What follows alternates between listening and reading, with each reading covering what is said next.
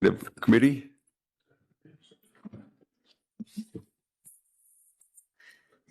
Roll call, please. Good morning. Alan Barkstrom, Here. Doug Erickson, Here. Brian Ernst, Here. Jeff Halstrand, Here. Larry Palachuk. Thank you. Okay, public comment. There's nobody in the room. Anybody online from the public that would like to make a comment? *6 to unmute.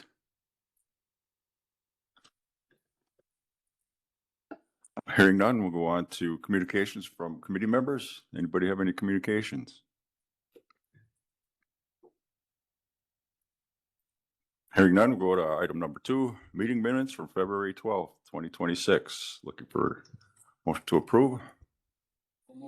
Palachuk, second by Barkstrom. Any discussion? All those in favor of approve signify by saying aye. Aye. Do I have any nays? Approval granted. Next up.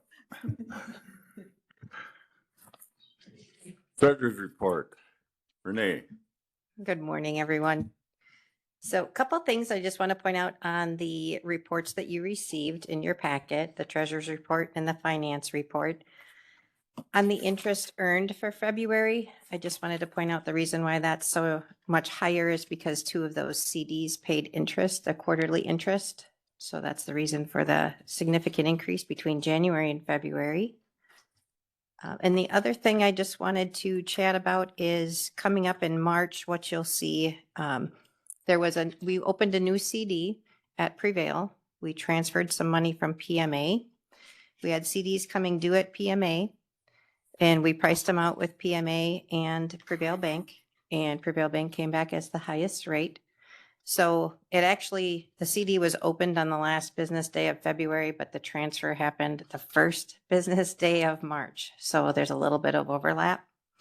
And so just wanted to let you know that, and that CD is another 24 months and it's at 4% APY. And the highest other bids that we had from PMA was 3.7. Just like to comment, I think you're doing a great job keeping an eye on that stuff. And Oh, thank you. We're a good group. whoever's doing it is doing a great job. It's all, but just One kind that of, makes me sign the paperwork. Yes. it keeps you in line signing the paper. But just so everybody knows, we right when we first set this up, we started with about 2 million, a little over 2 million in CDs, and we did I think it was 6, 12, 18, 24. Started at 3 months, actually. 3 months. Yeah. So we did what's called a ladder. And then as those ladders come due, we do a 2-year or whatever the best kind of range is. Sometimes it might be 20 months or 18 months, but our goal is always take that youngest one to make it out the farthest. And the long-term goal with this is to beat our savings account amount. So we still have a pretty good, what the traditional individual would know is like a high yield savings account. So we have a general account that we keep cash in that does pretty well. It's 3 point something right now. 375. 375. So if you look at what we're doing with those CDs is when we do 2 years, we can get just above that. Hopefully, if those rates go down, then it looks like we've done really well. We've gone above it, but there's going to be a time where it might spike ahead of it and then your long-term. So long-term average is we try to do that to be better than that savings account. Rather than in the past, what had happened is we were doing so well in that high yield savings, we left it all there. And then all of a sudden it fell to the bottom and we were getting 0.01 or 4 or whatever. It was really, really low. And so for 3-4 years, we got almost nothing for interest on our money. So this is just the strategy to outpace the average, or at least keep pace with a long-term average. Mr. Barkstrom, do you have something? I got a question. So you have a multi-year CD. Correct. When do you recognize the revenue of the interest? Quarterly. So the interest So is even paid- though you don't have, they don't send you a interest check, they just send you a notice that you've earned this much revenue. correct. We have chosen to add that back to the CD balance. So it grows. So it's Gets reinvested. compounding interest. It gets reinvested. Well, I know, but at some point you have to recognize the revenue that you Can- earned when you do that. I've got an answer to that. I just did the entry. So, yes, you are correct. So, based on what the auditors request, anything that you're going to receive within the first 60 days of the next year, we will record that revenue. Even So though you don't have it. correct. So it's and then anything after that is considered deferred revenue. So, yes, so it is recognized. Which is also the difference on the February one, because when I receipted it, it was the 27th of February when it was actually paid to the CD. So that's why you see that increase on the interest earned on the treasurer's report. Right. So in the cash, it'll show it in the Yep. cash, but that particular one is going to show up in the revenue for 2025. 1 month worth of it, I should say, Yes. is going to be in 2025.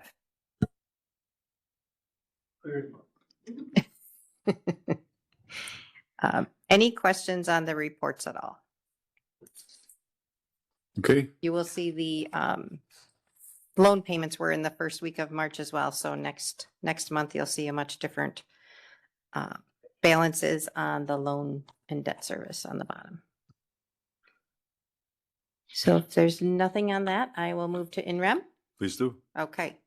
So I think everybody has received guess it would be a legal size document, the colored version of the different.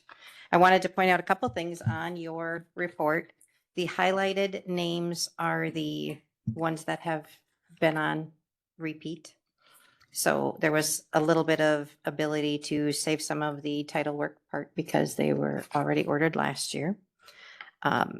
You also have some asterisks in some, and those are what I would refer to as the past sliver parcels, the small parcels that came up during a reassessment that perhaps weren't found before. Or one example is a water level change and surfaced a bit of an island. So those properties we were holding on to, but all of them are in the INREM process. So the ones with the asterisk on your report, you will see that that has begun. Since this was updated, you had 55. One particular person has a bankruptcy case, so they are removed from the list. And then we did have 2 others pay. So we are down to 53 as of yesterday. So we are just about ready to go to the court case. We are waiting on 3 final title reports that Gowie Abstract is working on. And those would be for the Vaughn Industrial properties. And then we'll be able to go have that court case and then get it published in the paper and start the process. So what happens in a bankruptcy? Bankruptcy, we have to stop the proceeding. So we cannot take the property. It doesn't stop the interest and penalties. Correct. Nothing like that. It's just that So, we The don't. remedy is at the bankruptcy level court judgment. Right. So then Yes, the bankruptcy. which I did file the paperwork for. They did send his attorney had sent some paperwork looking for the total of what was owed to Price County. So at that date, of course, it will continue Typically to in a change. bankruptcy, the debt disappears, but does it disappear for the county? No. No. So that one we'll have to be patient with. I guess the other thing I would like to share is just statistics report from the end of February. I think I said this last month, Marina and I felt like we're just having a really good year. I don't know, it's flowing better. It's, we're not staying, you don't see overtime as much this year. It's flowing better. And so the statistics report shows, so I think last month I gave you the gross amount, which does not include the lottery credit or first dollar credit. So the total amount taxed for the county for 2025 is 33,502,000. And out of that, people have already paid a little over 26 million. So we are at about 7.5 million for the rest of the year to be collected. It's been a really good start. It's been pretty amazing, actually. So Hopefully, they didn't just jinx it. So, last week we did send out the delinquency notices. Last week there were 1,152 parcels. We already have taken payments on 100 of them. So as of last night, we were down to 1052. So it's going well. Good, good to hear. Going back to your number where you said you guys collect 33, 34 million, that's not for the county. That's for all the That's- taxing Oh, districts. yeah, sorry. So that's all your municipalities, that's your school, The school your districts, NTC, NTC, that, so total. the county portion's 12 million of that, I think. Sorry. Yes. But it all goes through your office. 'cause Yeah. That's why you Yeah. have the It's, totals. that's, yes. Yeah, I just did, because we spend 34 at the county, but that's not because of that collection. Correct. That's all of it. That's a different number. Anything else for the treasurer? Thank you, Renee. Thank you. Next up, Register of Deeds Office, updates. All right, good morning. Morning. In February, the Register of Deeds recorded 266 documents, which January and February are usually quieter months for us because there's snow on the ground in northern Wisconsin and people aren't selling their homes or taking out mortgages for those new homes. So typically that is a quieter month for us. For vital records, we processed 46 vital record applications, issuing 192 certificates. So that stays consistent for us each month. And then in straight sales, about $7.4 million was conveyed through those recordings. Our real property lister is now out on maternity leave. So our county website and GIS mapping will not be updated until she comes back the first week of June. So any documents that are recorded that are changing ownership of properties, you're not going to see on the website. So if you get any questions about that, just, let them know to please be patient, and that'll be updated as she gets back in June and works through probably in September. She'll be caught up. So that's okay. I mean, as far as the powers that be, it's okay if it's delayed.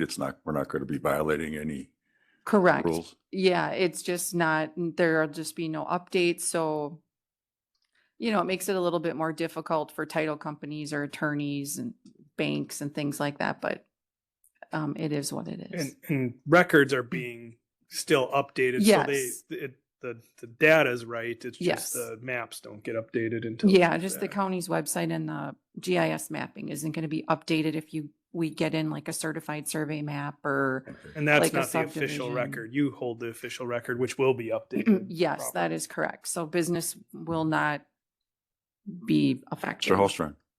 So that'll be a big workload when she gets back Mhm. from her leave. Mhm. Do we have anybody that can back her up? Is that something we should be thinking about? That maybe we have, huh? Yes, we've talked about that, but Sylvia, you want to? Sure. Yeah. Right. Currently, right now, the county does not have a backup to the real property lister. That's always been an independent department with one single person. In the future, we do hope that that will change, possibly getting a GIS person to do mapping in-house again, and then also to provide a backup to the real property lister. It's anticipated it will take that position probably another 3 months once she gets back in June to actually get caught up to all the things that have to be done with those transfers. And then we'll be starting the tax season again. So it'll be a busy time. Mhm. It seems like a reasonable thing to be thinking about. I know that when the clerk and the treasurer's office they kind of overlap a little bit now, don't you, Renee, Meredith? To some degree. To some degree, so that we can, in the event that our person comes back and says, oh boy, I just need to be a mom. Now here we sit, and be good to have somebody else. That was part of the whole mandatory week of vacation thing and everything, so that we didn't fall into a hole somewhere. But anyway, just food for thought. And you're correct. I think it's something to think about. Mhm. Are you concerned right now, Sylvia?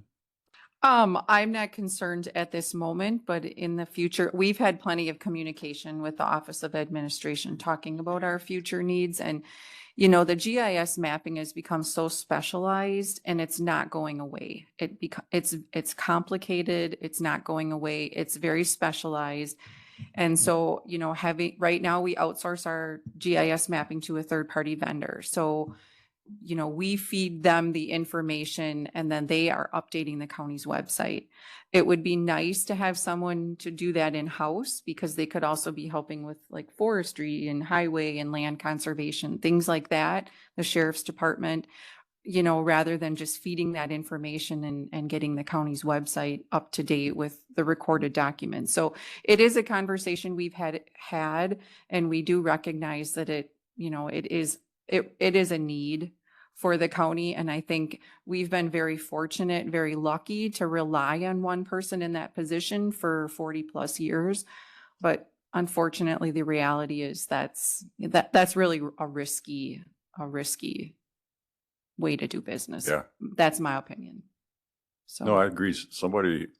There should be more than one person that knows how to at least feed that information to the outside. yeah, and we have a unique situation. You know, I'm an elected official, so teaching me is not what to do, and I have to make sure that I have the checks and balances because my authority is in the recordability of a document. The real property listers' duties and responsibilities don't have to do with the recordability of a document. They have to do with, you know, mapping a parcel and making sure that it closes, making sure a legal description is correct, watching those owners as they transfer ownership. So we have very separate duties and responsibilities. And, you know, so we have to be careful in that balancing act as well. So for now, we've got that on the burner. Might not be on the front burner, but it's being, Yep, we've looked talked at. about it. We have some long-term ideas depending on attrition through some other areas. And again, we, like Sylvia said, we have a third party that actually does the mapping. So we're meeting the minimum mapping requirements. You look at a lot of other counties surrounding us, they do have a tax lister GIS department with 2 to 3 employees.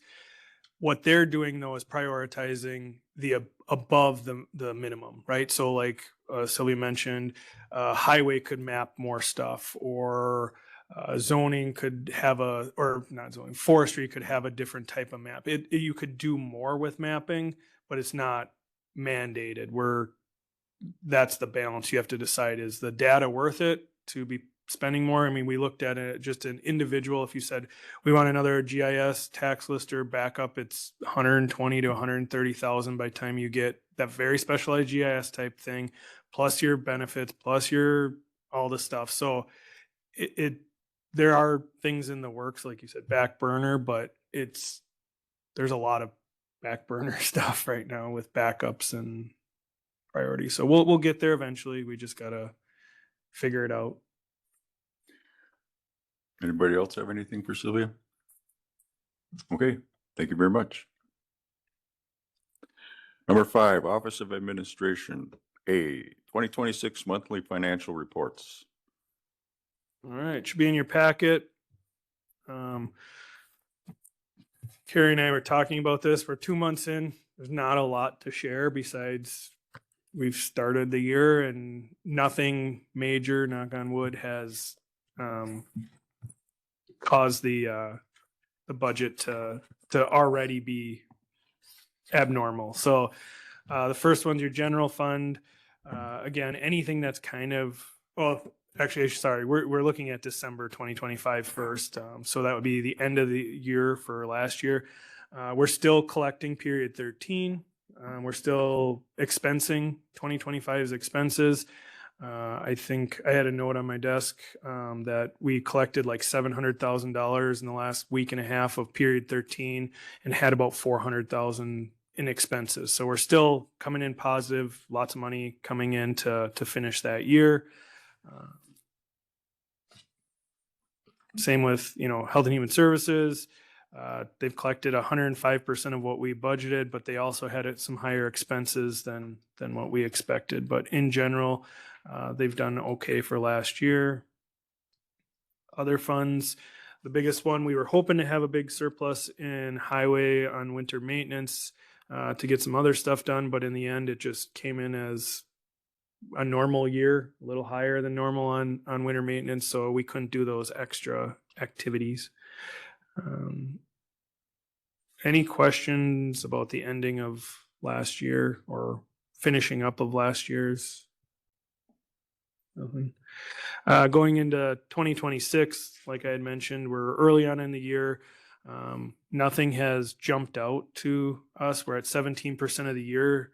It's hard at this time to say, the percentages should be at 17 or below, but there are some departments, like if you look at executive finance, it's at 38%, or information technology, that one's a grant-based one. Let's see here. Even the clerk's office, it's at 18.22%. A lot of times what happens is we'll have a one-time expense that happens early on in the year, and then it just averages out for the remainder of the year. The one that was always famous for that was Veterans Service, because they had to buy all their flags for the tombstones for the holiday. So they would buy them all at the beginning of the year, but it's a one large expense.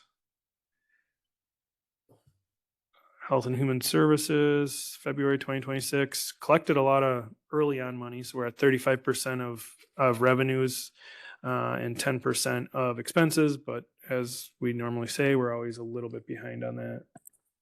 The revenues themselves is the actual taxes. So Yeah. that's why that's always going to be high earlier on in the year. So, which is a good kind of visual that Health and Human Services, as much as they spend, only 35% of our tax levy is what goes towards that of their total spend.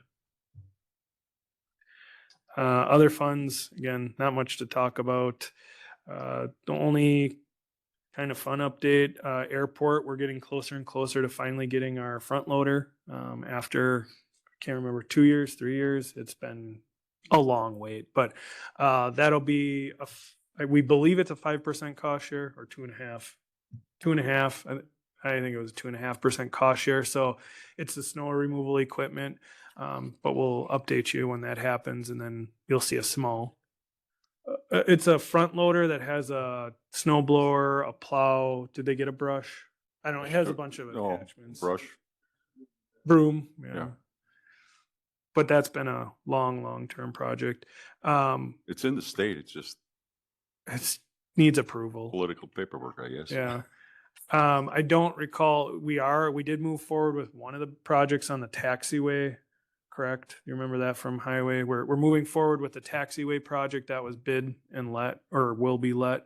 The T hangars did get put on hold, and that is because of the ADA compliance, where the end T hangars would have separate entrance doors with no lip to get in. The middle hangars would have a door within their hangar door that opens, and it creates like a 6-inch step that you'd step into through like a service door rather than opening the full door. And so there's compliance issues that have put the whole project on hold for, I think, 4 doorways.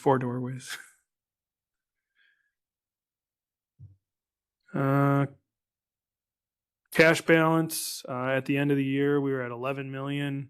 We're currently at 11 million, which is 11% less than last year. Again, like I said, we had $700,000 come in the other day, or in the last couple of weeks. We've had expenses, so we're right in line where we figured we'd be. We've paid down a lot of those big projects that we had money, especially like forestry. We used some of our ARPA funding to get that project done. So that is where more cash went out than what is coming in, because it was project-based cash. Tax, this one's interesting. Sales tax. We did end the year $6,013 below what we had budgeted or assumed, but we did increase our budget by quite a bit. But we were $57,000 less than last year at this time. Carrie and I have been kind of playing with the numbers, and it's a lot of spend that gets you that $50,000, because you divide it by 0.05 to figure out what that would be. And so I'm working with the state right now, and I got to talk to Brian about this, but I'm going to be able to get a little bit of deeper dive into the numbers. So there's a way to work with the state to see some of that. You can't share the data, but they'll share it they'll be able to talk about it. So when we looked at it, I think it was like a little bit over $1 million less spent discretionary or taxable items in Price County last year to hit that number. So at first we were, looking at $1 million. That just seems like a ton of money, but overall, I think it's what takes 36 or $40 million to get that number of tax. So it's like between 14,000 citizens, we're spending 35,000 in taxable dollars. Now, that doesn't mean you as a household are doing, because businesses pay taxes on purchasing, but it's a lot of spend in our community. Online sales are a big thing. What we really lack is a big box store. You look at like a Taylor County, Ashland County, Oneida County, Sawyer, Russ, they all have big box stores. And those are big taxable items, or sales tax items. But going back to that $1 million of discretionary. So we thought about, okay, what would cause some of these things? And we're still spending as much money in our community. It's just not on taxable goods. So like your heat and electric, that went up slightly. So everybody's paying more. So they're spending less on discretionary taxable goods. Heat and electric's not taxed. Food costs have gone up. I don't know what adjective to put on it, if you want to call it significantly or some, whatever. Household food costs have gone up. That's non-taxable. So you're taking away your taxable money, maybe going out to dinner or purchasing at 5 cents, whatever it might be. You're not putting that tax. You're still spending the money as a community, which gets recycled, all that kind of stuff, but it's not on taxable goods. But then again, you go back to $1 million. Over the year, in today's car prices, that's 10 to 20 new vehicles purchased. So worst case scenario, say 25 vehicles if you take a smaller average. That's not a lot of vehicles for 7 to 10,000 vehicles that are registered in Price County, right? You're rotating vehicles and 20 less, so that's 2 less a month that you're selling. That's not a lot of vehicles that really affect that number because of those larger taxable items. So just something to think about, that people are still spending money here. It's just, is it taxable or non-taxable? In the general though, we're where we expected it to be on budget. Any questions about sales tax? Timber sales. Yeah. Or stumpage, I guess. February, we're a little bit less than last year's February, but more than 2 years ago. So, I mean, Joe doesn't have a prediction. I mean, Jeff, do you have any? It's too early to even say.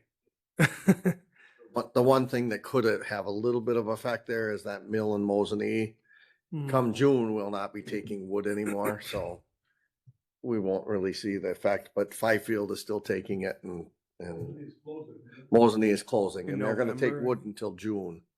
So, but that wood could leave Fifield yard and go to Kakana, so. Yeah. So, and last year we did end up with quite a bit more than we budgeted. So that makes up for the year before, which is good. So on average, we're doing what we expect.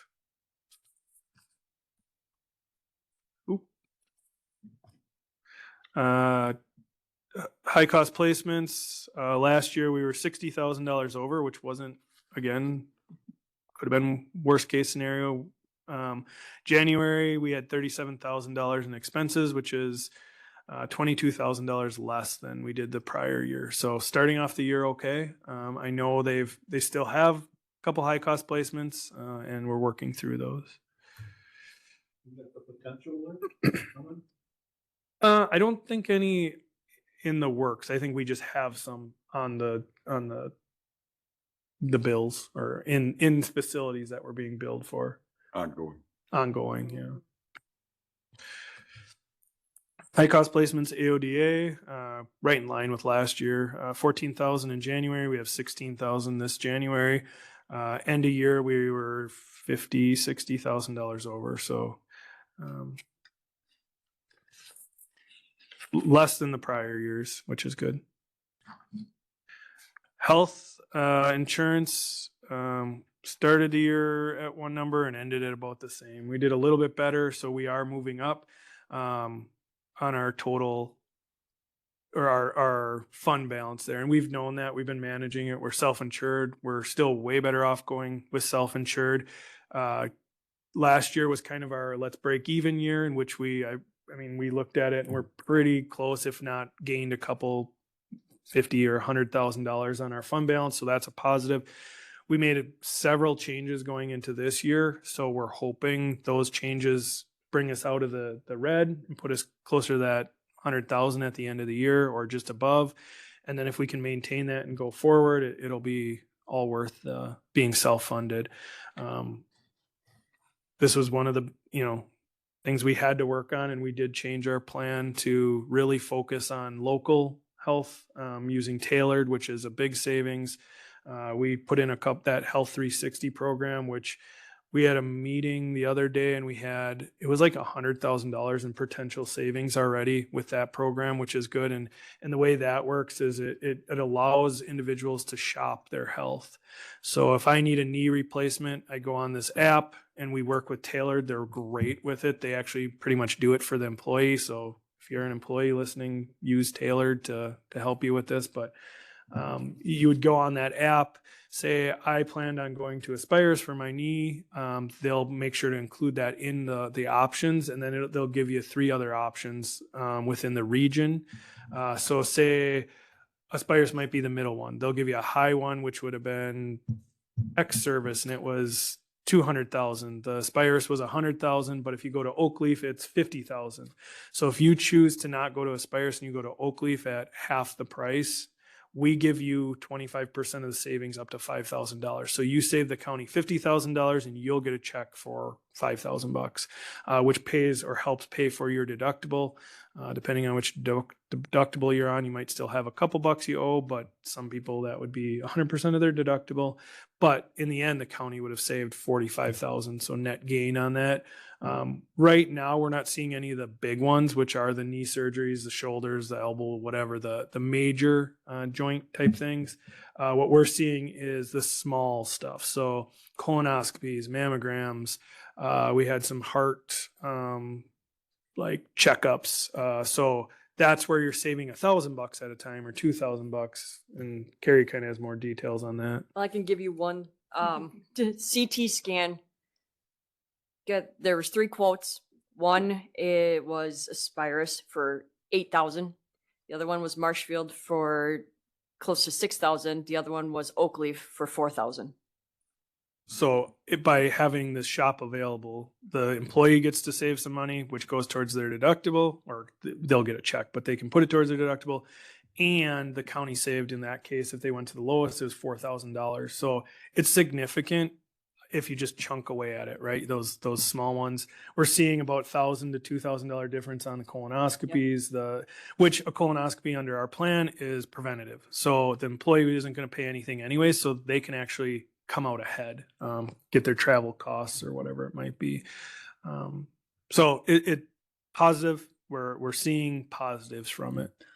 Quick question on that, I don't know what you would call it, reimbursement, the incentive.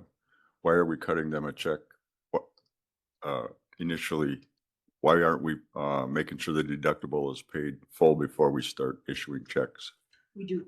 Yeah. Oh, okay. I misunderstood what you said then. We get we have to turn in, as an employee, you have to turn in the explanation of benefits, the EOB, from the insurance company to prove that you A, went, B, that your deductible and stuff. So that gets Okay. submitted. So it is Yep. covered or whatever, you're not just Yeah, you're not not just just handing handing out a handing them a check. check Nope. for we have to 5,000 go and then through they a didn't process. pay any on the deductible. I'm not saying anybody's going to do that, but Right. you never know. Right. Yeah. But the deductible would be the employee's responsibility. Yep. We don't get a deductible. So the Right. hospitals It's do, their yeah. responsibility, but So if they don't want to pay their bills and they just take the $2,000, they're still going to go to collections. Right. The hospital's still taking collections. That has nothing to do with us. Yeah. okay, just so we don't get Yep. liable. Yeah. And we Money wouldn't get a for bill. So like, deductible that's not nope. paid. Yep. Nope. So we're not liable for anything. So the way that, like, say it was, we have a $7,500 deductible. I go get a $3,000 thing. I get a check for $500. The hospital's still going to charge $3,000 to me as the employee. We as a county will never see a bill. Okay. Because that's their deductible portion. Now, if it was 15,000, the employee would see 7,500. The county would see 7,500. We'd pay our portion because it automatically goes. The employee is still liable for that 7,500. As long We as would we're not never in the see- middle of an unpaid deductible and Nope. handing Nope. cash out. Nope. That would be an employee issue. Yep. Or that person's household issue. Right. So that's all I had, unless there's questions on 2026 or 2025 financials. We're floating along. Anything regarding that item? Okay, we'll move on. Next up, 5B, audit request for proposal timeline. So you should have got it late, Tuesday, Wednesday, it was sent out. So Carrie and I have been working on the RFP for audit, and the couple things. So when we go out to RFP, this one's a little unique, that you guys as a committee and the whole board has to choose our auditors. So we need to know a little bit about timeline, and I don't know if I'm going to share here. We can go through the RFP quickly because it's so riveting. So up on I the, read through that, and it's really, you didn't do this in an afternoon. No. Is this a yeah, candle? 4 afternoon. Okay. No, Carrie and I mean, we went through it several times, and Is this a typical one or the one we used last time? no, we've never had one. So this was a build. I mean, I got several from other counties. We got the one from Park Falls. Really what it comes down to is going through and just saying, what do we want to make sure they do? What do we have to do? So in the first paragraph, what the timeline here is. So we're hoping that we're going to get bids from accounting firms for 26, 27, and 28. Usually we do a 2-year one. If we're going to switch, let's lock somebody in for a longer term. Otherwise, it's just a pain in the butt. And they got to learn from us the first year or two, or we got to learn from them. So our goal would be to have someone selected at the June board meeting, which means we could have all the contracts, everything done by July, which then allows them to get their team together and be on site to do their pre-audit in that November, December time. That's why we have to kind of move on it so early in the year, even though we're just starting our current audit with our current team for 2025. So if all those sound good, we'll keep moving. So who we are as a county, that's why it's got to be, we just put it in the RFP. So if there's somebody who doesn't know who we are, they can figure it out. Scope of services. So this is everything we're hoping to get from the auditors. And so it's just the financial statements. They have to do a single audit, which is what we do for Health and Human Services. So that's the separate audit that happens in May, I believe, May time.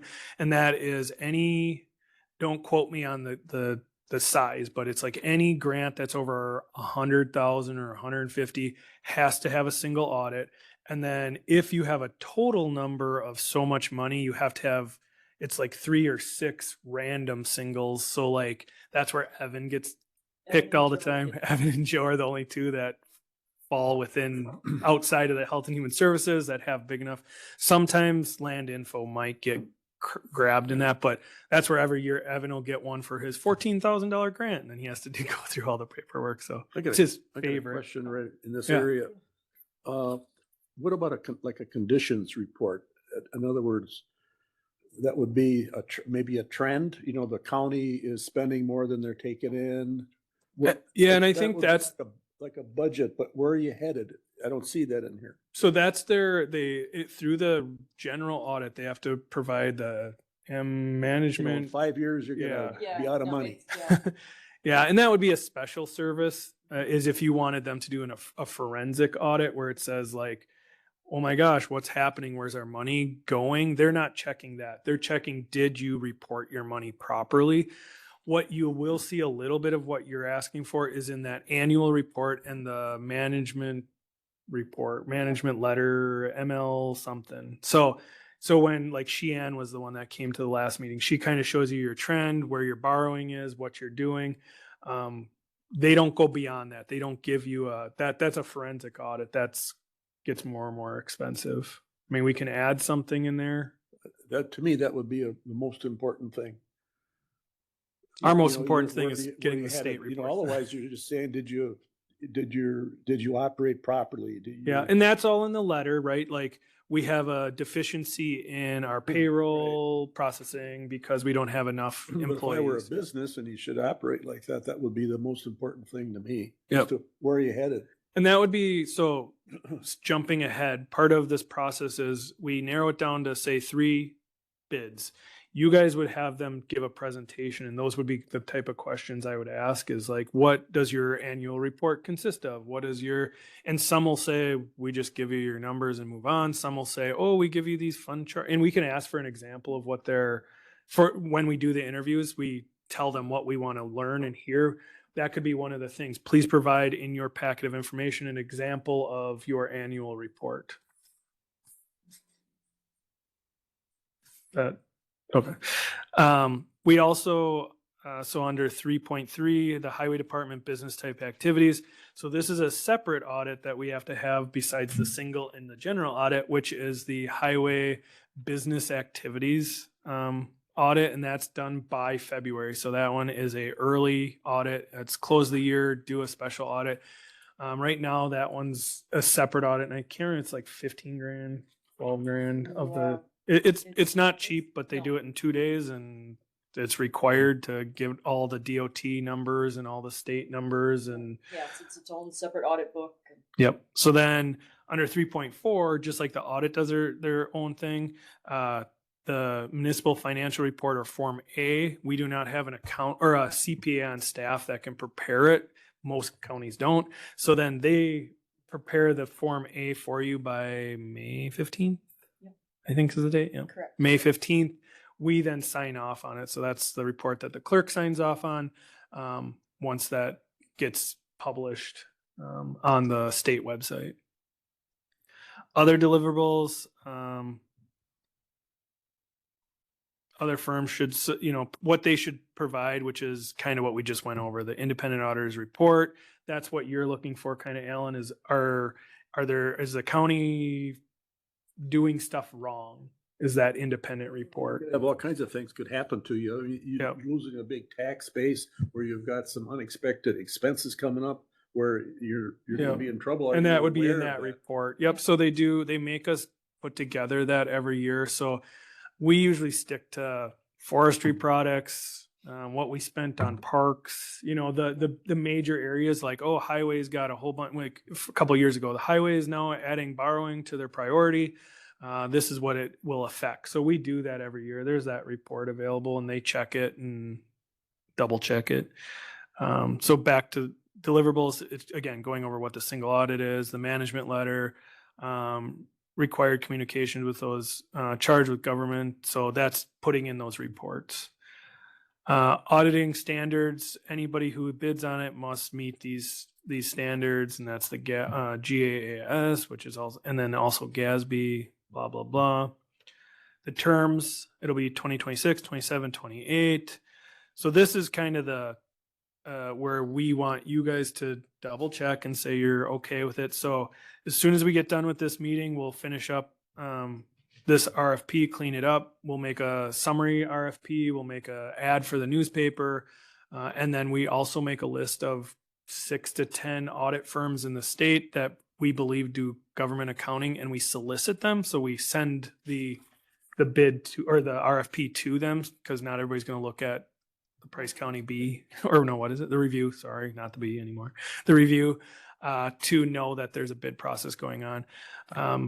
I don't know if in the meantime I'll have any conferences, but a lot of times all these firms are at these conferences, which then I could also let them know, but somebody will have a conference that'll see all these firms.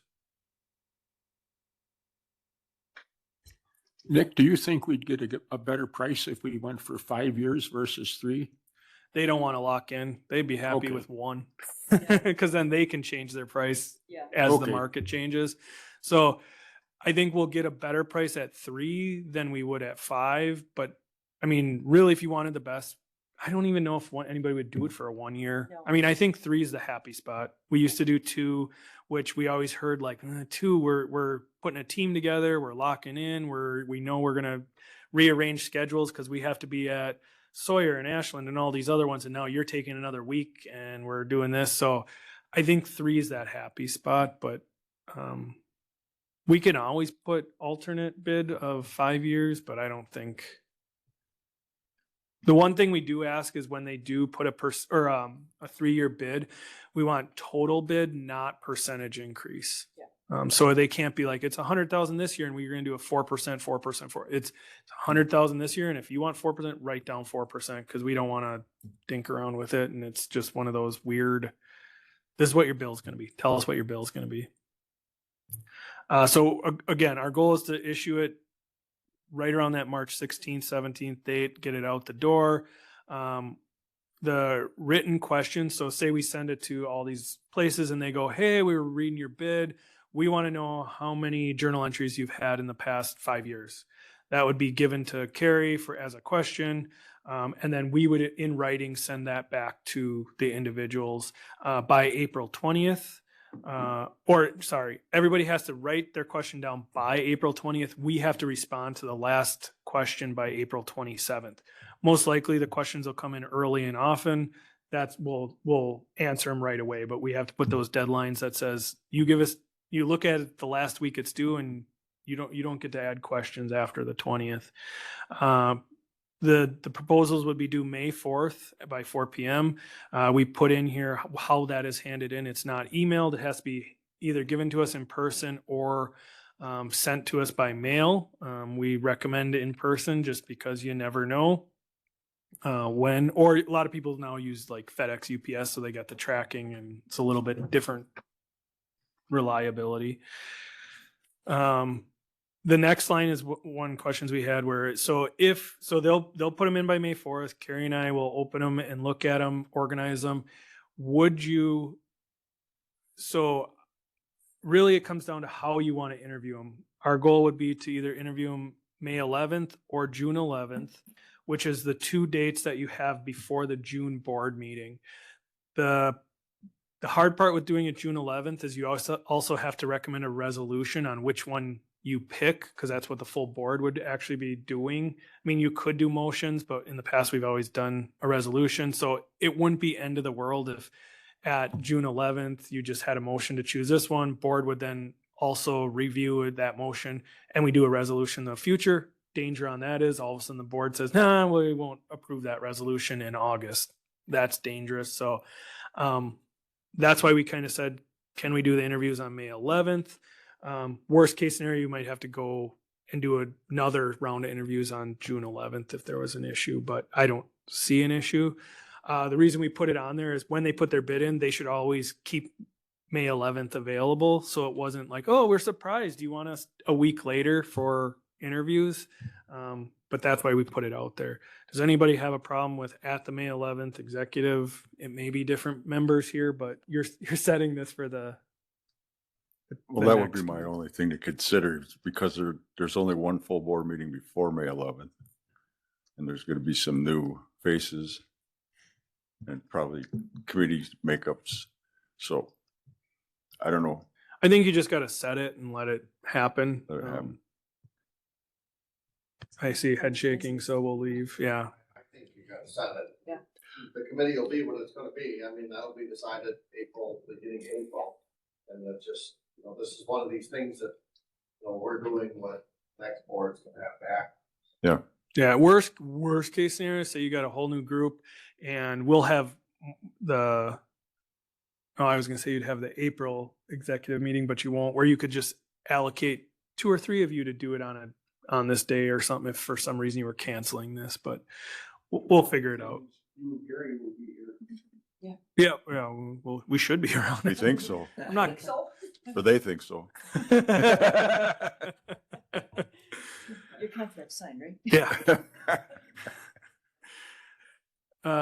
So then we would, at the 11th, then on the June executive, we'd have a resolution, and then the June 16th board meeting, we'd have the resolution signed. Then we would work with the company to sign the contracts during that July time period.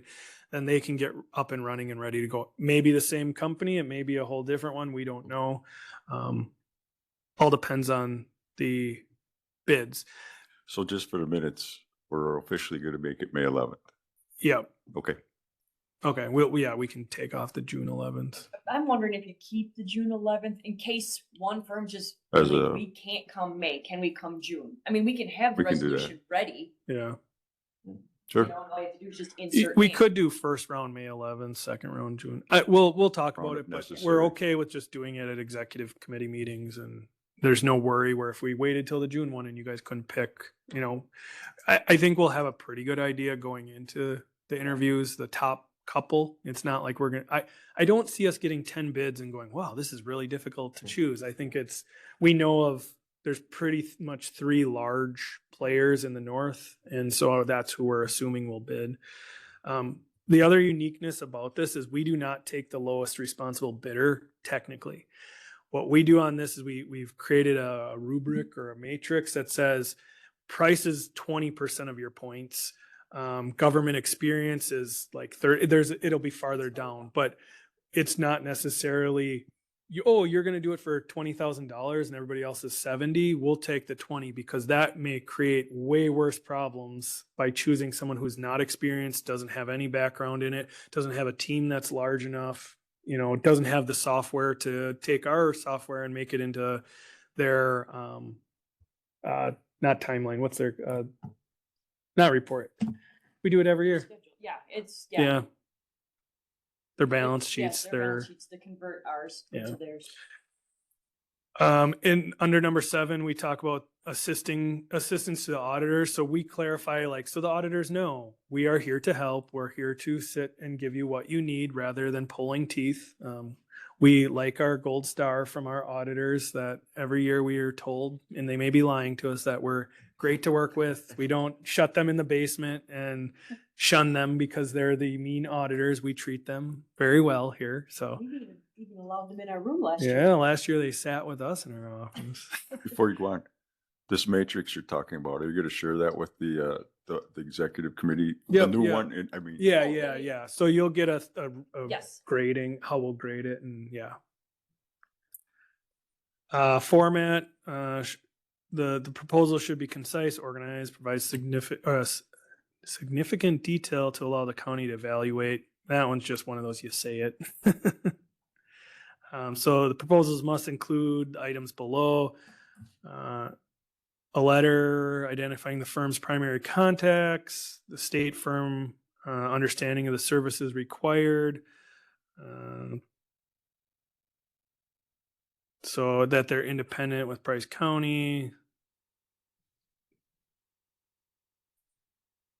Qualifications, that's a big one. So the firm's background, off locations, years in operation. So we probably won't pick a firm that's been around for 2 years, right? That not for the size we are. They have to have their licensing in Wisconsin. They have to have government audit experience. We've seen nightmares where the local auditor says, I can do it. And then they have no clue what the forms or what the actual government auditing looks like. So we do ask for farther down that they give us contacts at other counties or large municipalities that they work with so we can contact them.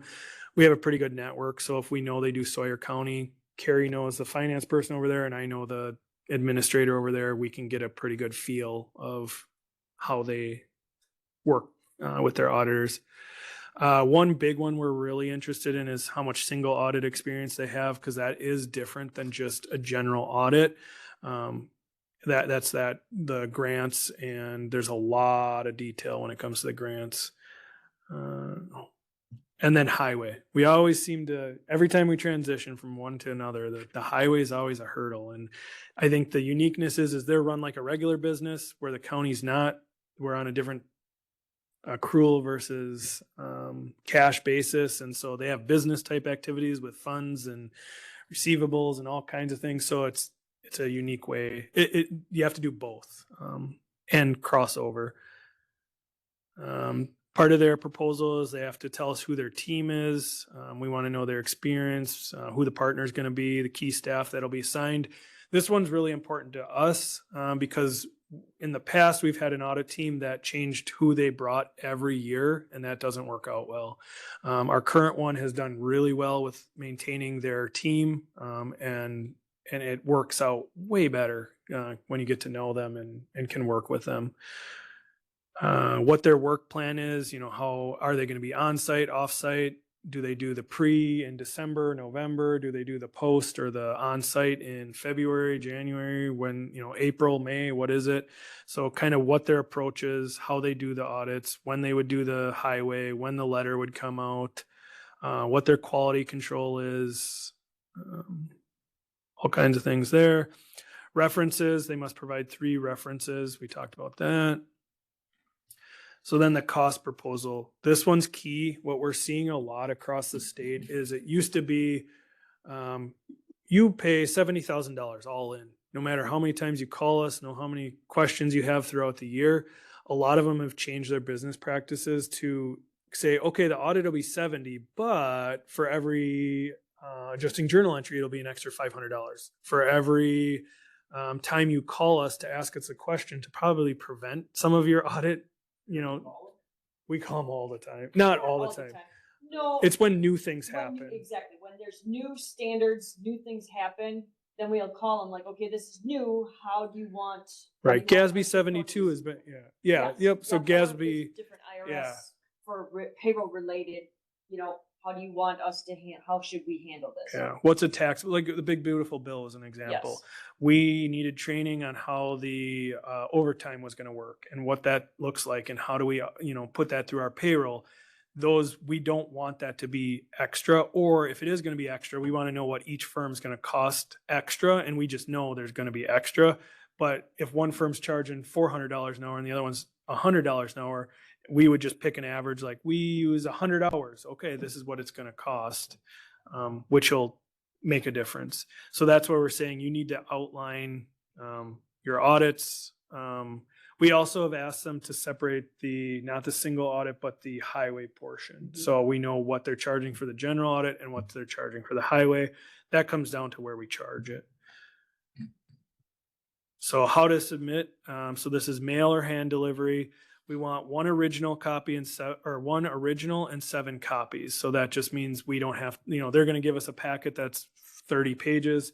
We don't want to have to make the copies and make it look nice. They need to have it available. So when we do the interviews, each one of the committee members, along with Carrie and I, would get a copy. The clerk would get the original for the record. But so we want them to provide that. Should be clearly labeled. All questions to be submitted in writing, or email as writing works, by the deadlines above. So this is where we're talking about evaluation. This is not lowest. This is where we're going to get our best bang for the buck. So 30% of the score will be government qualifications. We've weighted that very heavy because that obviously is the most important, that they have some knowledge or background in government accounting. The approach and the work plan, will they be able, the ability to meet deadlines is very important because we have the May 15th, February one for highway, the August something for the full audit. Right. So there's some very, very specific deadlines, along with you guys want your annual report sooner than later.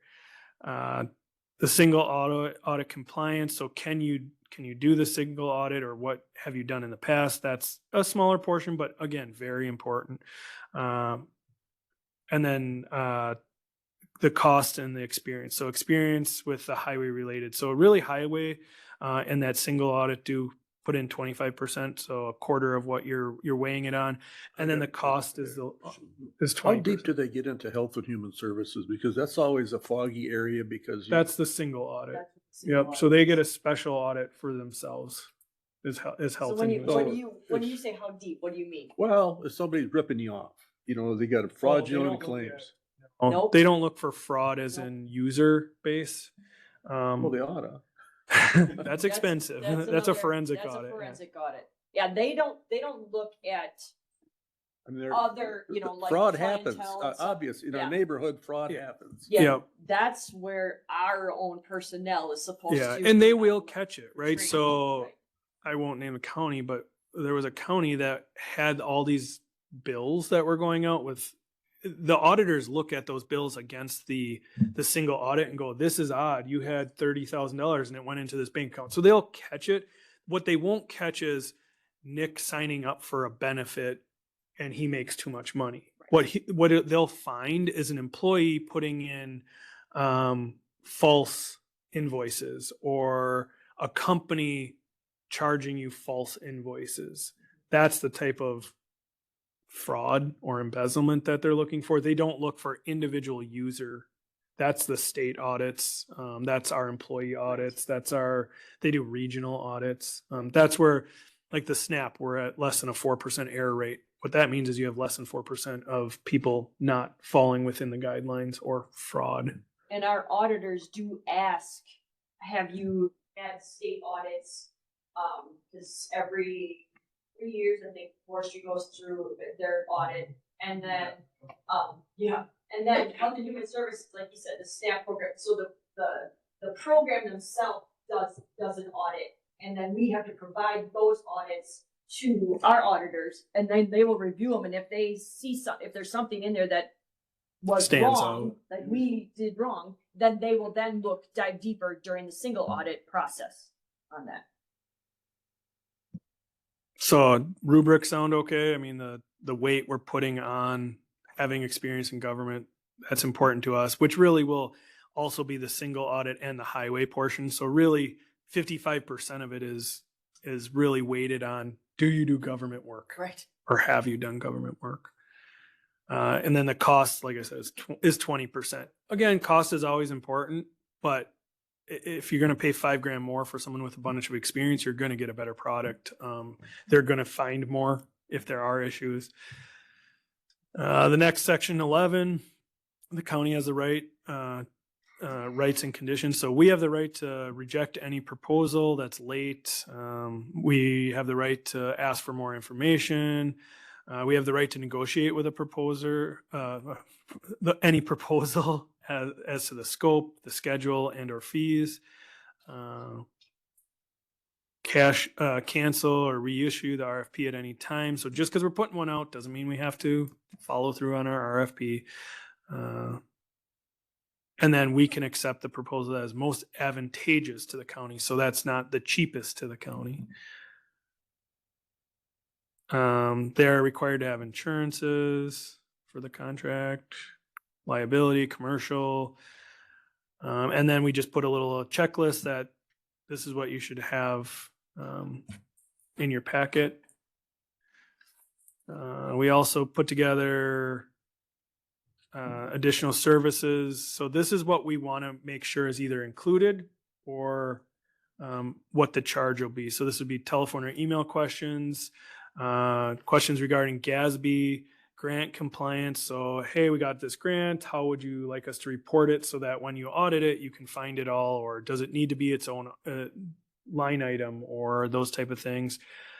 Do you charge extra for year-end adjustments, which we used to be 200 adjustments. Now we're down to 25 or Less than very few. So it does make a difference if they charge you or not. General technical assistance. We also asked somewhere in here, but like, what trainings do you provide? What conferences do you provide? Is there client trainings? You know, if those services aren't included, state the hourly rate. We are requiring a multi-year pricing, the 26, 27, 28. That they must show us their peer review. So this is a requirement by all audit firms anyways, is that they have to have a peer review. So they send it to a peer and get a pass-fail each year. And then this one, we had a question on a date. So the audit report delivery timeline. So we've never put a due date for the final final report in our requirements. So we've always had our like February, May, and August dates that they have to make sure the forms are done. But then we'll always have a draft, right? The draft. What we're saying in this newest bid is we want to pick a date so that we then know that you'll get your annual report at your board meeting in that month and we're good to go. Rather than like, oh, we're not done yet. It's still a draft, which is acceptable to the state. You've put in a draft. You just haven't put the final in. but then you might not get it for a year and a half. We have been lucky with the current one we have. They do very well. But we're thinking if we put in that September 15th, that way you can have at your September board meeting We have next is October board or meeting. October, that's what I meant, October board, meeting, but you'd have it early on and guaranteed.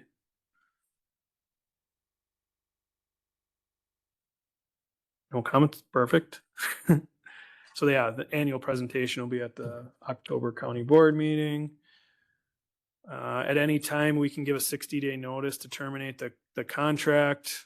And that'll be in their full contract. I'm assuming they're going to request that they also get the right to terminate if you guys are horrible clients and your software you use doesn't work. We saw that in one of the recent ones I was talking to is the auditors just were like, you're the software you use to do your accounting is not good enough for us to be here. So they just not walked away, but they didn't renew. Government experience, references, just clarifies things. Client education. So that was what we talked about.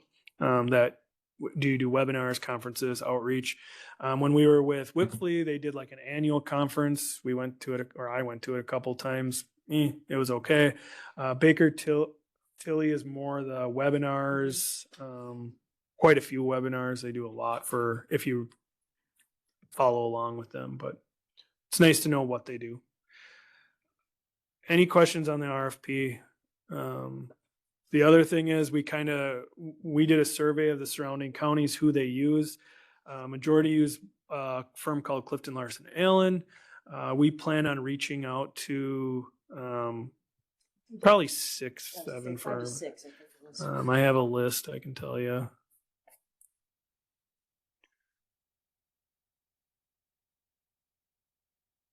Audit firms. So Kimber Rose is one that's kind of come on the scene lately. I see them a lot at my conferences. They're starting to get a lot of the bids. They have an office in Wausau. Their main office, we believe, is in Green Bay. So we tried to put together kind of a list. Bayfield uses them. So they're kind of moving up into this area. Hawkins Ash CPA. This one was a little, is it Taylor County uses them? They have a local office in Taylor County. It's right off of Highway 13. We couldn't find a lot of experience that they have, but they do have an office there. They are out of the Marshfield and Madison area. But they're qualified, or they have some government experience, so they're on our list. Whipfly, they used to be our auditor. We believe their government office is out of Eau Claire, but if you drive around, you'll see buildings with the Whipfly on it from all over the state. Green Bay, they used to come out of Rhinelander for us when they worked for us. Clifton Larson Allen, their Eau Claire office, we're pretty sure is the government office, but they're again located all over the state. Baker Tilly, they're out of Madison, but again nationwide. That's who we currently use. Johnson Block and Company. Neither of us had heard about that, but it was on a list of Wagner CPAs. That one I've heard a couple from the southern counties use it. CVA, Certified Public Accountants, out of Madison. Ingelson and Associates, Schultz and Associates, but we probably won't directly reach out to probably anybody after number 5, because those are the ones that bid on the northern counties. But anybody's welcome to bid. It's just these are the ones we'll reach out to specifically. Any questions on the RFP? The clerk has a question. Yeah, quick question. Could I please have the list that you just presented for minutes? Sure. Okay. And my other question was, why do you request proposals in email format or not in email format? Because then we can see them before. So it's a legality of like, if I see it, then I may be accused of telling another firm how expensive one is or another. So if you do it in a closed bid, you just keep them in an envelope until the day it's time to open them. If you get it in email, we may accidentally open it, and then we can be accused of like, oh, Baker Tilly's our favorite. And hey, Baker, I really want you to be my audit firm, and Clifton Larson Allen's looking good over here. So yeah, it's just a safety net for us. That makes sense. Bid process. And I don't mean to pick on any one firm. I just use them because they're there. Any questions? Otherwise, we'll just, like I said, we'll get it out. We'll get the process working. It's the first time we've done it in 8 years. Before my time. Yeah, so 8 or 9 years, and it's good to reset or have the same one. They're the best company for the job. No, I think it's good to, Yeah, right now we pay about 95,000 for our yearly audit. If you look at surrounding counties, they're anywhere between 80 and 100. So we're right in there for the size we are in government agency. anybody have anything else regarding the RFP? Looks like they did some good work here. Thank you. Okay, we'll move on to 5C updates. I don't have much for updates. Having meetings with we got 2 different Bug Tussle. So I've been meeting on Monday. I had a engineers meeting with Bug Tussle. Or that's the next update. We'll wait for that. Yeah, There's that's- actually an item. So I'll go to Blue Source. So at the forestry meeting, we had a item on the agenda called carbon credits update, because there was board members looking for or to talk about it. We had a very short conversation. Where we're at with Blue Source is Joe, who's the signer for the project, has signed off on the official project. So there's a pamphlet that shows where all of our forests are and who can, what people are looking to purchase in credits. We signed the updated registry. So that was just terms have been updated over the last 2 How many years. do we have credits available? We'll get that. So, Okay. so we have 92,000 acres. I believe in the end, about 72 or 75,000 acres were accepted into the program. So we signed off on the paper yesterday while I was talking to somebody on the, Jeff and I were talking about something else on the phone. I received an email that our project has been listed. I don't know if it was sold. I can't really tell by this email, but it just says, congratulations, here's the number of credits, whether it was sold or how many we have, but we have 145,000 credits that were listed. If you do the general math on that, and again, based on what I'm reading in the email, this is all tentative. If you do $20, it's 2.9 million. And then we'd have all our expenses and costs. So we're at least moving forward. That's where we're at. We did talk at forestry that we will, on a future forestry meeting, is to kind of ask what their asks are for the money before this committee would put together a resolution for the full board to allocate the money. So some of the things we've been talking about is we still want to make sure we put money aside in just a segregated fund that says, what happens if this goes south? How do we get out of it? And so we would put aside $1 million of the sale of any sale to just say the what if. This is our insurance policy. With that $1 million, you can see we get about 4% interest. If we put it in a CD, what I would say in that resolution is, in order for this to make, make our forests pay off even more and make them more accessible, is do something like of the interest. And I don't know what it would be in the next 5 years, 10 years, but of the interest, 75% of the interest goes to a segregated fund for forestry to make enhancements to its access. So that would be road improvements, culverts, whatever it is, to get into timber sales or into areas where you can do recreation. So we would just make that, because that $1 million should always be sitting there. Hopefully you're always making something on interest. You would allocate that money. So then it's kind of like a trust that says forestry is always going to have ability to put money towards the one thing that they've been asking for a long time, and that's access. It also gives public access. After that, there's a $650,000 that is owed to the general fund from forestry for doing Solberg Park. We took $650,000 from general or ARPA that was said to be paid back with this money. So that was like a prepaid project if we ever got it. And then after that, we have to decide how you want to do it. The biggest concern I have is what we don't want to do is put it in like the forestry improvements in the way of like, oh, put a big chunk, because once that chunk's gone, we can't continue to do the forestry improvements. Where if you do more of the thing we said, where it's like use the interest, it's always going to come in. Every year, Joe's going to have a budget to do forestry improvements. Because if you look at other counties, the way the money's coming in, it's not every year. It's in chunks that are random. So it'd be difficult to make a plan on improving your forest. Some of the things that we know are coming is some forest needs for equipment. But then after that, is it your radio project? Is it economic development? Is it what it is? The problem is it's one-time money. So you got to be a little bit careful with it, but just something to think about, how we want to allocate that long-term funding going forward. Because I don't see it being a consistent stream. It's going to be lump sums and random. That's kind of my updates, unless you guys have questions.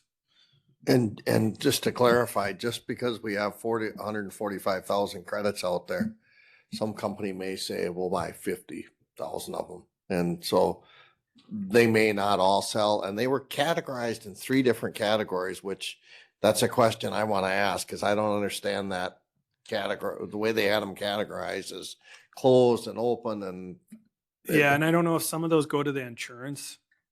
So we have to have, like, if there's a blowdown, we have to have backup to cover ourselves. It's, yes, just because we have 145 doesn't mean there's 145 available to sell. I don't know what the going rate is. We've been told 22 to 24, but some sell for 18 and some sell for 26 maybe. I don't know. No guarantee on what we're getting at, but at least we're out for sale. We're ready to go. I have a meeting with Joe and New on the 24th to clarify some of those questions and just get our quarterly update. So we do that quarterly. So I'll have more after March 24th. Thank you. It's been a long road. Any other questions for Nick? Okay, hearing none, we'll move on to item 6, Clerk's Office. A, updates. Thank you. So everything is on schedule for voting. Municipalities have been picking up their ballots in our office, and absentee ballots are set to be sent out March 17th as per state statutes. The media cards for voting machines are next on the list to be shipped from our vendor. Then when they come in, we will alert municipalities to pick them up in our office. And I just want to say special thanks to municipalities. Everything has been going well. They've been doing a great job, and they're very communicative. And also a special thank you to my deputy Jules as we work together as a team on this election. She's a great help. Also, another update is I attended the 2026 WCCO conference March 3rd and 4th, and they talked about multi-generational communication and how to communicate better with one another. We met our legislators briefly, and I spoke with Rob Summerfield and Senator Jesse James, and he unfortunately is running in another district. We talked about our new system update for vital records, and that involves issuing marriage licenses. So it was Civrus, and now it's going to be called WAVE, and it's scheduled to roll out this summer with training, of course. And the last update is the election is April 7th, so please come out and vote. Any questions about anything? Okay, hearing none. Thank you, Meredith. Number 7, Buck Tussle Tower project update. All right, we'll give a quick update on this. So we talked about it at the board meeting, and where there was some people were calling red flags, orange flags, yellow flags, whatever you want to call them, that there was some concerns on where our project stood and what the future of our project was going to be. We also had some concerns in just some statewide projects and where they're at and what they're going to do, and that led to more of our concerns. I had a really out of nowhere meeting. I was contacted on Thursday or Friday last week late that said from an engineer from Buck Tussle saying, hey, we want to meet and talk about your emergency your emergency towers project and the towers project. And I was like, okay, like this is very, very random. Happy to talk, right? So I figured it was going to be this individual, I believe his name was Zach. And so he scheduled it. We scheduled for Monday afternoon. I figured it was going to be Zach and just kind of catching up what we're doing.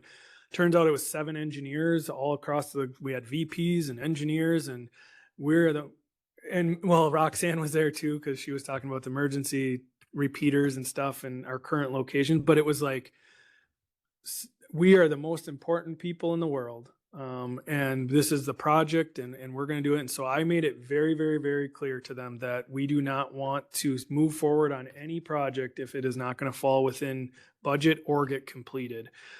They can pick a budget that's bigger than what is available that we worked with, but it better be allocated and be able to be finished.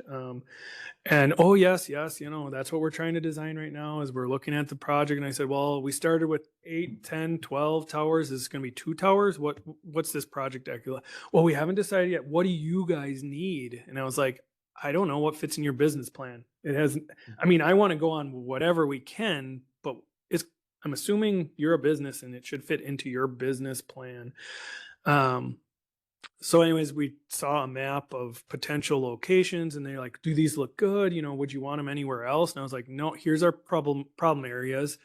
It looks like you've covered these areas with the suggested locations, and it's no different than we saw in, I think it was 2024, right? Like, so, you know, they're okay. Do you need direct connections? You know, does it need fiber to these towers? And it's like, well, it's preferred, right? Microwave's okay, you know, line of sight, but obviously hard connect is always the preferable, but we understand limitations and costs and whatever. Oh, okay. Yep. And we're meeting with Bug Tussle today at 11 with some of their C-suite.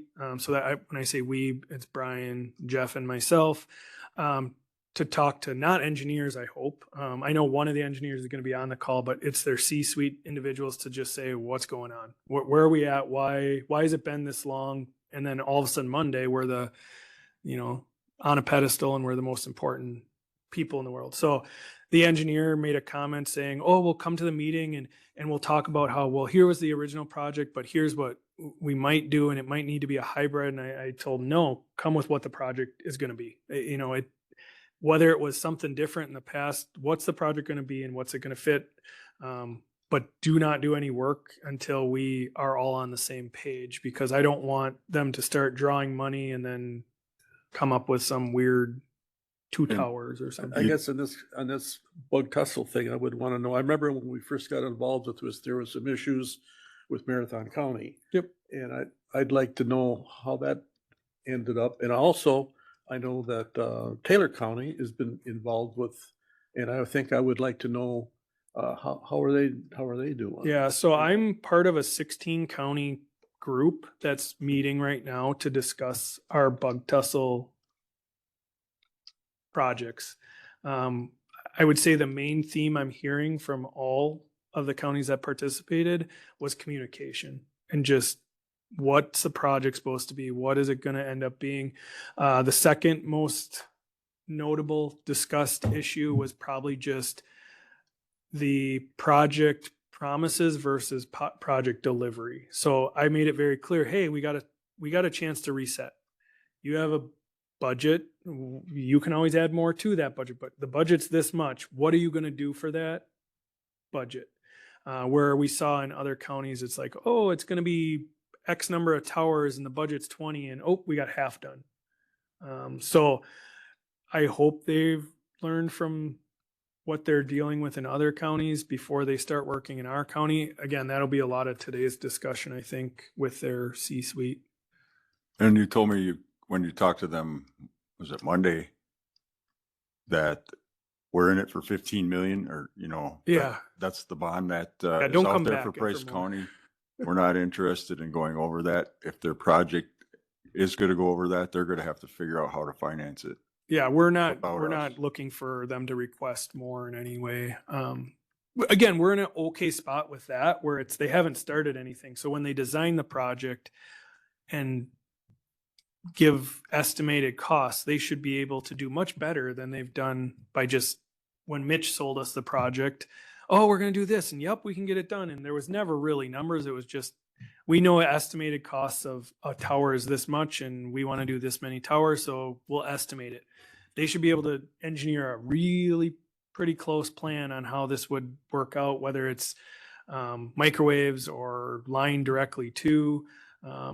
They're saying all the right things, but that doesn't mean their C-suite will have the same. The BEAD project is gonna have some influence on what they're doing, their business. Yep. plan. So they had a BEAD expert from JLP, PLJ, NBA. I don't know. It was some 3-letter acronym that's what he was hired by Bug Tussle to do, is just BEAD, or their company, not he, but this company was hired just to work on their BEAD. And I brought that up and we skirted that discussion right away. So again, it was an interesting meeting out of nowhere. I don't, there's all these, I don't want to call them conspiracies, but all these theories about how, we talked about it at the board meeting. The newspaper put a nice little article about where we stand on it.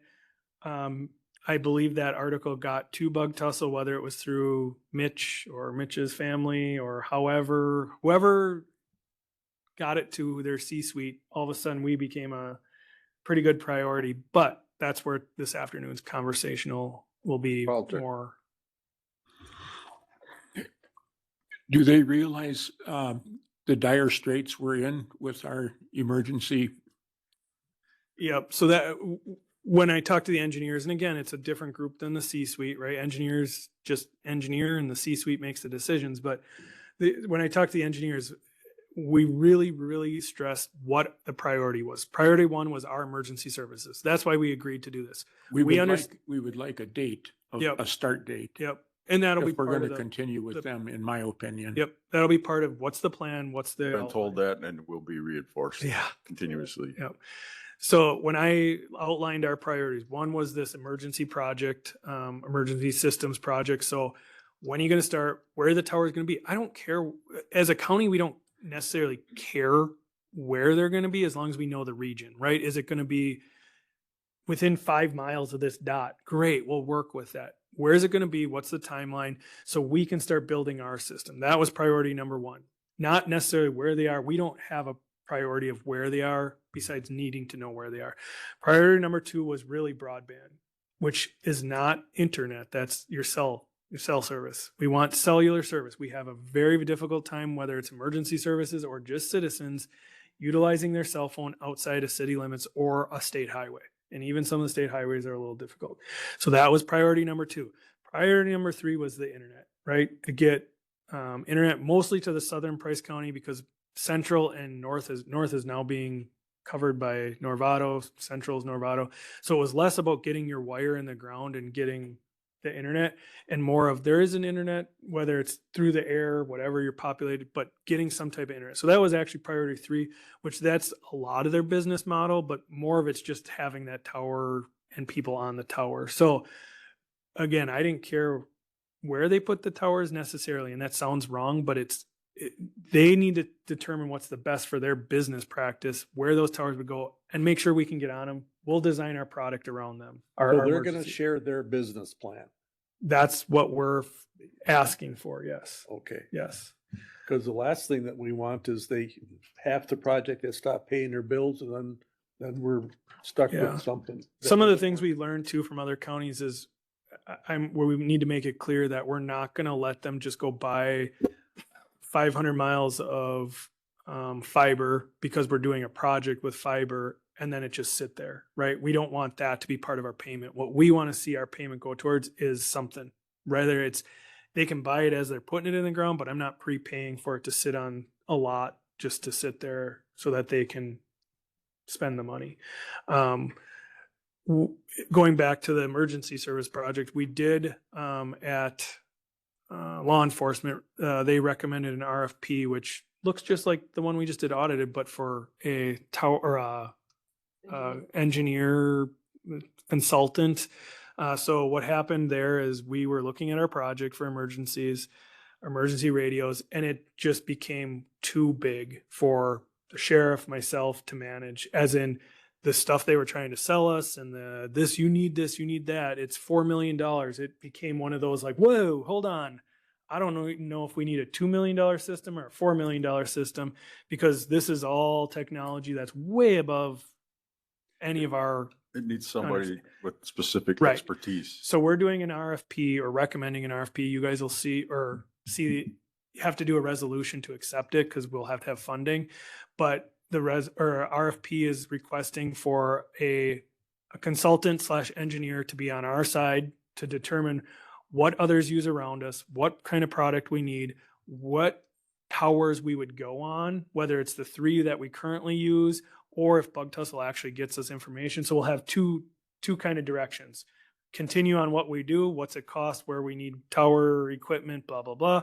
Or, hey, we got these 6 towers that we can use, or 8 towers. So this consultant would build a plan. They'll do the radio frequency tests, and then they're going to be the ones that can sit in the meeting with Motorola or Kenwood or whatever product and say, hold on, you have no cell service, so why are you buying $20,000 radios per person that use cell phone service? You're 10 years away from that technology, and that'll be outdated by then. So let's go with this product or that product or whatever. So they'll have to do presentations. They'll have a whole bunch of stuff that deliverables to help us hopefully save $1 million, right? That was the goal. Is when it started getting into that $2, $3, $4 million sales pitch, yeah, salesmen tell you exactly what you need, right? So I need that person that's on our side, the sheriff's side, the chief deputy side, to say, hold on, you need, yeah, if we spend 50 on the consultant and they go, you really only need a $2.5 million project because you can bounce off of this tower, you can do this, you can do that. We saved $1.5 million on equipment that'll never really be used. So that's part of this tower issue and Bug Tussle. And there's a lot of things kind of coming together at once. Any other Bug Tussle questions? I guess like the payment, Hey, Doc. with the draw from the money, could the project be required to be completed before we make a draw from that money? Yeah, no, the way the contract works is, and it's kind of, but not really. So they provide a bill to us saying we bought metal and started to put up this tower. My role then is to go technically to the location and go, yep, tower was put up or tower was being worked on, or request more information like, hey, I want to see how this was utilized and on what dates. I can ask for all this extra information and withhold payment until they've satisfied that requirement. So I won't just get a bill and say, we bought metal. Well, where's that metal sitting? Yeah. What project that for?